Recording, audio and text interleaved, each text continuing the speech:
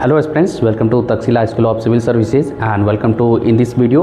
In this video friends, I am going to basically discuss, you can say MCQ, polity MCQ, 3 easy question. Basically first part we have already discussed.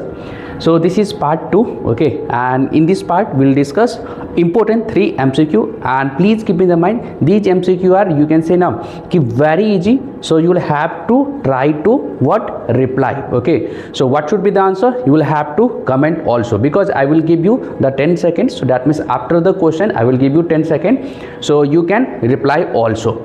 And also I will discuss the detail, okay, detail explanation. I will give proper explanation. So let's start. Here is the polity MCQ. This is part 2. Basically we have already completed first 2 3, okay, first MCQ, second MCQ and third. Now this is fourth MCQ, and as I told you, this is part 2. So this MCQ is related to what? Directive principle of state policy, and I hope so you know about the basics. If you don't know, so I'm going to tell you, then after that I will basically tell you the question also. So as you know, part, okay, 4 of Indian Constitution that deals with DPSP. If you talk about the article, so article is what? 36 to 51, okay, 36 to 51. And most important fact, this is non-justiciable. This is non-justiciable, okay, please keep in the mind. And it promotes what? Socio-economic, okay, justice. And also we can say this promotes what? Welfare form of government, okay. These are the basic facts. Now the question is, the concept of DPSP, Directive Principle of State Policy, in the Indian Constitution was borrowed from the Constitution of which country? That means कौन से country से भारत के संविधान में जो नीति निर्देशक तत्व है उसे लिया गया है, ये क्वेश्चन है आपके सामने। तो आपको भी पता होगा कि इंडियन कॉन्स्टिट्यूशन जो है, जिसे हम बॉर्डर कॉन्स्टिट्यूशन भी कहते हैं, क्योंकि बहुत सारे जो प्रोविजन है वो हमने डिफरेंट कंट्री से लिया है, और एक मेन जो बेस है हमारा वो है आपका गवर्नमेंट ऑफ इंडिया एक्ट 1935, ठीक है। हमने जो है आपका अमेरिका से लिया है, फिर हमने यूएसएसआर से लिया है, फिर उसके बाद अगर हम लोग बात करेंगे तो हम लोग जो है जर्मनी से भी इमरजेंसी का प्रोविजन लिया है, उसके साथ ही अगर हम लोग बात करें जापान से, ब्रिटेन से, ठीक है, बहुत सारे कंट्री से, साउथ अफ्रीका से, कनाडा से। तो यहाँ पे क्वेश्चन है आपका डीपीएसपी का जो फीचर्स है अपने इंडियन कॉन्स्टिट्यूशन में वो हमने कहाँ से लिया है? तो पहला यूएसए, दूसरा कनाडा, तीसरा आयरलैंड, चौथा USSR. So now I am going to give you 10 seconds, so you can comment your answer also.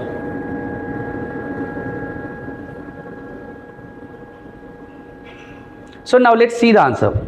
Answer is what? Ireland. हमने कहाँ से लिया है? आयरलैंड से जो है हमने आपका डीपीएसपी का फीचर लिया है। अमेरिका से जो मेन फीचर हमने लिया है, आपको ध्यान में रखना है, फंडामेंटल राइट्स, जो हमारे पार्ट 3 में है। देन वाइस प्रेसिडेंट का जो पोस्ट है वो भी हमने अमेरिका से लिया है। जुडिशियल रिव्यू की अगर बात करेंगे, ठीक है, ये आप लोग को ध्यान में रखना है। इंडिपेंडेंस ऑफ जुडिशरी, ये भी कनाडा से सेंट्रल स्टेट रिलेशन जो है हम लोगों ने ये लिया है कि सेंट्रल स्ट्रांग है, आपका जो स्टेट जो है उसे हम वीक कहते हैं क्योंकि उसके पास कम पावर है। और आयरलैंड से जो है हमने डीपीएसपी तो लिया ही है। यूएसएसआर से भी बहुत सारी चीजें हमने लिया हुआ है, जैसे 5 ईयर प्लान की बात करेंगे, ठीक है, उसके बाद जो है फंडामेंटल ड्यूटीज की अगर हम बात करेंगे, तो ये सब जो चीजें हैं वो हमने कहां से लिया है? यूएसएसआर से लिया है। सो आई होप सो आपका जो आंसर होगा बिल्कुल सही क्या होगा? आयरलैंड होगा, ठीक है। तो बाकी डिटेल जो मैंने यहाँ पे आपका एक्सप्लेन कर ही दिया है कि जो directive principle is also known as, you can say ना, फंडामेंटल, ओके, फंडामेंटल है किसका? गवर्नेंस का अपने इंडिया में, ठीक। कहते हैं कि अगर किसी भी गवर्नमेंट का परफॉर्मेंस को अगर आपको जांचना है तो कितने डीपीएसपी के प्रोविजन को इंप्लीमेंट किया है, आप उससे उस परफॉर्मेंस को आप क्या कर सकते हो? इवैल्यूएट कर सकते हो। So let's move ahead. Let's see the next question. Here's the next question related to parliamentary official, just like a presiding officer also we can say. And as you know कि Article 79 to 122 is related to Indian Parliament, okay.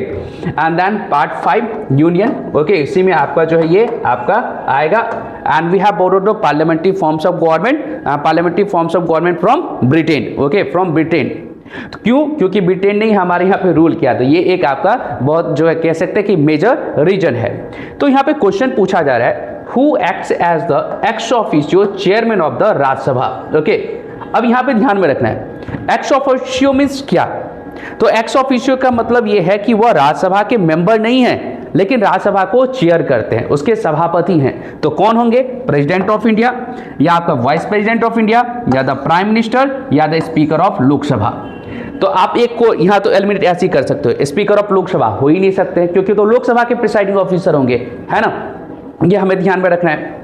अब यहाँ पे आपको answer भी करना है, तो 10 second का टाइम है आपके पास, आप जो आंसर जरूर दीजिएगा, कमेंट करिएगा।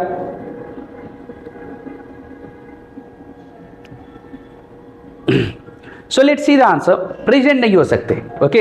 President is basically president is an integral part of you can say ना कि इंडियन पार्लियामेंट। आर्टिकल 79 में जाएंगे तो आपको क्लियर दिया हुआ कि president of India is an integral part of Indian parliament. क्यों है? जब आप क्लास करेंगे तो वहां पे आते हैं।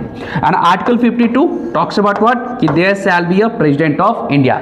एंड प्रेसिडेंट ऑफ इंडिया जो यूनियन गवर्नमेंट के हेड है, साथ में हमारा फर्स्ट सिटीजन ऑफ इंडिया भी है। बाकी बहुत सारे डिटेल है, तो वीडियो लंबा हो जाएगा, वो सब क्लास की बातें रहेगी। ऑफकोर्स इसका आंसर होगा vice president of India. I have told you कि वाइस प्रेसिडेंट ऑफ इंडिया जो है हमने ये पोस्ट अमेरिका से लिया है, we have borrowed from America. और अमेरिका में जो वाइस प्रेसिडेंट होते हैं वो सीनेट के आपके क्या होते हैं? चेयरमैन होते हैं, ठीक है। लेकिन अपने इंडिया में क्या है, जो वाइस प्रेसिडेंट है वो मेंबर नहीं है, ठीक है, आपके राज्यसभा का, लेकिन उसका चेयरमैन है। क्योंकि आर्टिकल 63 कहता है there shall be a vice president of India, तो नेक्स्ट आर्टिकल कहता है 64 कि vice president of India will be an ex officio chairman of the Rajya Sabha. Please हमें ध्यान में रखना है, ठीक है। राधाकृष्णन जी अभी आपके वाइस प्रेसिडेंट है, इससे पहले दिलीप धनखड़ जी का आपको पता ही होगा। और एक आर्टिकल याद रखिएगा 67 क्लॉज बी में आपका रिमूवल ऑफ वाइस प्रेसिडेंट दिया हुआ है, ठीक है। उसके बाद प्राइम मिनिस्टर से रिलेटेड आर्टिकल की बात करेंगे तो वहां पे आपका मोस्ट इंपोर्टेंट 75, वैसे काउंसिल ऑफ मिनिस्टर आर्टिकल 74 में भी आता है, because council of minister will be led by the prime minister of India. And in India please keep in the mind, prime minister of India जो होंगे वो appointed होते हैं, नॉट इलेक्टेड, वो इलेक्टेड नहीं होते हैं, ठीक है। ये हमें ध्यान में रखना होगा। Now the last question for this video related to elections. Question is what? As you know, in Election Commission of India, there is a lots of criticism is going on. Okay, अगर बात करेंगे कि हमारे जो part 15 की अगर हम लोग बात करते हैं, आर्टिकल 324 टू 329 अगर हम लोग बात करेंगे, एंड जो अगर आपको सुकुमार सेन फर्स्ट जो है आपके क्या थे कि इलेक्शन कमीशन ऑफ इंडिया थे, right now Gyanesh Kumar, okay. So and election commission of India जो है रिस्पॉन्सिबल है किसके इलेक्शन के लिए? For president of India, then after that vice president of India, then after that Lok Sabha, then Rajya Sabha, and then also state legislative assembly की अगर हम लोग बात करेंगे, ये हमें ध्यान में रखना चाहिए, ठीक है। तो यहाँ पे क्वेश्चन है आपका state legislative assembly council also.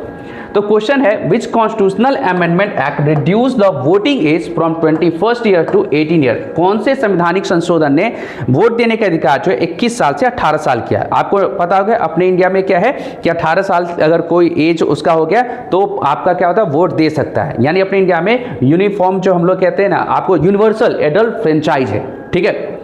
तो इसमें अमेंडमेंट देखिए, पहला 42nd constitution amendment act, second 44th constitution amendment act 1978, third 61st constitution amendment act 1989, fourth 73rd constitution amendment act 1992। So you have 10 seconds, you will have to comment your answer. तो आप अपना answer जरूर दीजिएगा, what should be the answer.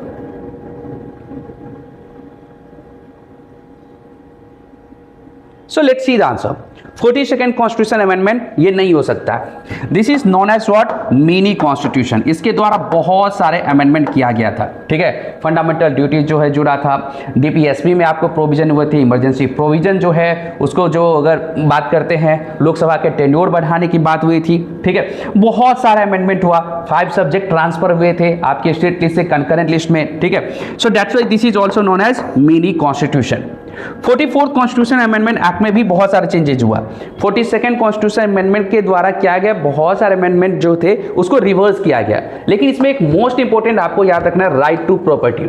Right to property को remove करके आपको जो है क्या किया, फंडामेंटल राइट से रिमूव कर दिया गया और इसे आर्टिकल 300A में जो है रख दिया गया एज अ लीगल राइट, ठीक है। ये आपको ध्यान में रखना है, तो ये भी आंसर नहीं होगा। Of course 61st constitution amendment act 1989 is the correct answer. 61st constitution amendment act 1989 इसने क्या किया, आपका 21 ईयर से 18 ईयर्स रिमूव किया। और यहीं पे एक 73rd कॉन्स्टिट्यूशन अमेंडमेंट एक्ट है, ये आपका पंचायती राज इंस्टीट्यूशन से रिलेटेड है, ठीक है। अगर हम लोग बात करेंगे शेड्यूल 11 जो है आपका ऐड हुआ था, ठीक। उसके बाद अगर हम लोग बात करते हैं आर्टिकल 243 से लेकर के 243 वो तक है, ठीक है। 29 लिस्ट है इसके अंदर, so will have to keep in the mind. So I hope so कि this video will be really very helpful for you and आप लोग को ये वीडियो अगर अच्छा लगे तो इसको जरूर लाइक करिएगा, शेयर करिएगा, चैनल को सब्सक्राइब करिएगा, ताकि आने वाले समय में ये सीरीज आपको मिलता रहे और अपने प्रिपरेशन को आप एग्जामिन करता रहे। एक चीज आपको जरूर ध्यान में रखना चाहिए, you will have to keep in the mind one thing, if you are preparing for civil service examination you will have to know, कहते हैं ना कि आपका जो सफलता है, सक्सेस है, वो लोग कहते हैं कि समय के साथ आता है, लेकिन आपको ध्यान में रखना है सफलता समय के साथ तो जरूर आता है, लेकिन सबसे बड़ी चीजें क्या है कि सफलता जो है उस समय का कितना आप उपयोग करते हो वो आपका उसके साथ आता है। तो ये कह सकते हैं लास्ट में कि सफलता समय के साथ नहीं, सफलता समय का आप कितना यूज करते हो, उपयोग करते हो, सदुपयोग जिसे हम लोग कहते हैं करते हो, उससे आपका सफलता आता है। So I hope so this video will be helpful. Thank you so much, all the best, may God bless you.